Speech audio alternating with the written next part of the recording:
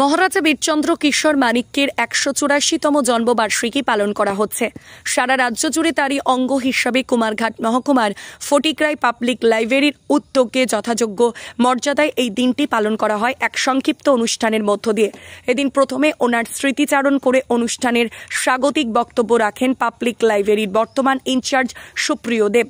সারা অনুষ্ঠানে উপস্থিত ছিলেন অবসরপ্রাপ্ত শিক্ষক চন্দন গোপাল দেব এবং প্রাক্তন শিক্ষক রামধনু সাহা এবং বিশিষ্ট কবি সাহিত্যিক গোবিন্দ ধর সহ এলাকার স্থানীয় সংবাদ মাধ্যমের প্রতিনিধি থেকে শুরু করে এলাকার ছাত্রছাত্রীরাও। এদিন অনুষ্ঠানে থাকা অতিথিরা বক্তব্য রাখতে গিয়ে মহারাজ বীরচন্দ্র মানিক্যের জীবনী নিয়ে আলোচনা করেন এবং গ্রন্থাগার বিকাশের ত্রিপুরা রাজ্যে ওনার বিশেষ অবদানগুলি নিয়ে আলোচনা করে অতিথিরা।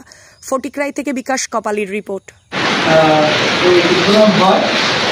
মাননীয় রবীন্দ্রনাথ এবং এমএলএ সাহেব রামপুরাতের হয়। কিন্তু এখন দেখা যাচ্ছে আমরা অনেক যেভাবে এই সরকারের একটি সমস্যা আছে, সবাই জানে না বা আমাদের কালেকশনও ভালো ছিল না, কিন্তু এখন আমাদের আস্তে আস্তে এই কালেকশনটা রিচ হচ্ছে।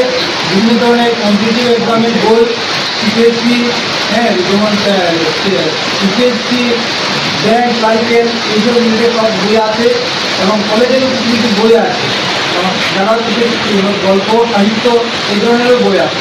তো আমার আজকে মিডিয়া বাইরের মাধ্যমে আমি এটা বলতে চাইছি যাতে এটা একটু কথা হয় এবং স্টুডেন্টরা যাতে এখানে আসে রেগুলার বইতে পড়ার অভ্যাসটা যাতে না। আমরা যে অনুষ্ঠানটা করতেছি সেটা তাকে শ্রদ্ধার জানানোর পরিপ্রেক্ষিতে উনি 1839 খ্রিস্টাব্দে